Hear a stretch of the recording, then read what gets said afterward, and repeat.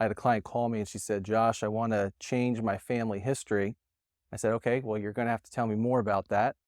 How would that happen?" She said, "Well, in my family, when you die on Wednesday, then the family meeting's called on Thursday, and the attorneys lead a process that says, here's what your family had, here's where everything's going, here's how it's going to work."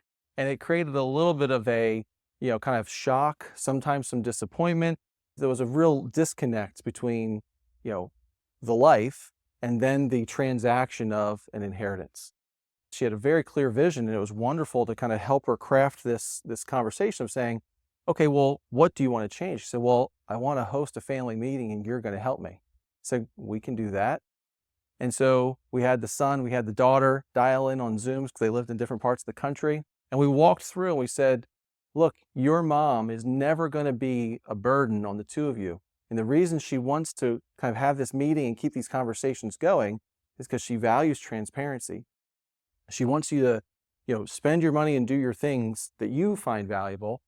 And so this meeting walked through a series of what if scenarios. It walked through cash flows. It incorporated tax and insurance and estate planning matters. And for her, she loved the simplicity that was brought to the table in a pretty short meeting, but just helped her two kids understand what she had, the life she was living, and the fact that she was going to be okay. I think it subtly communicated a priority and a goal to her that said, "Look, if I'm not going to be a burden on you, I kind of expect the same thing of you to your kids." And it created this, I'll call it a family tree, a family expectation of, if we're the Smith family, this is what the Smith family does.